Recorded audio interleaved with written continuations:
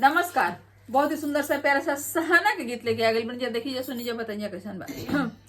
दूरा देसे पापा बगिया लगवानी रोपानी बेलिया के फूल रोपानी बेलिया के फूल फूला तोड़े चालेली बेटी हो कवना बेटी गोरे बदना को मिलाए गोरे बदना को मिलाए घोड़ावा चढ़ल अइले दुल्हा सुंदर दुल्हा काहे धनिया घुमेलू अकेल काहे धनिया घुमेलू अकेल हमारा पापा जी बगिया लगवानी रोपानी बेलिया के फूल रोपानी बेलिया के फूल फूल तोड़े आईनी हो पापा के बगिया गोरे बदना को मिलाए गोरे बदना को मिलाए दूर देसे जी भैया बगिया लगवानी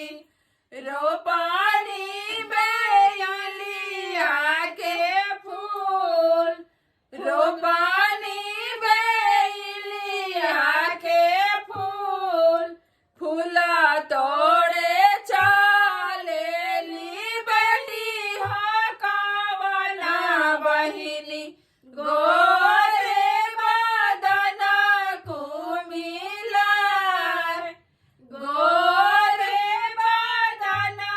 को मिलाए घोड़ावा चढ़ल अइले दुल्हा सुंदर दुल्हा काहे धनिया झलेलू अकेल काहे धनिया घुमेलू अकेल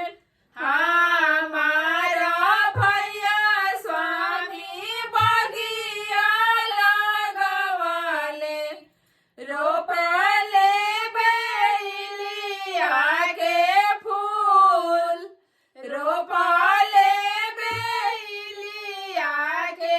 फूल फूला तोड़े चलनी हो बाप के बोलवरिया फूला तोड़े चलनी हो भैया के बगिया गोरे बदना को मिलाए गोरे बदना को मिलाए। धन्यवाद। गाना अच्छा लगे तो वीडियो को लाइक कर दीजा और चैनल पर नए बनी जा पहली बार देखा तो नहीं जा तो सब्सक्राइब के बटन जरूर दबाई जा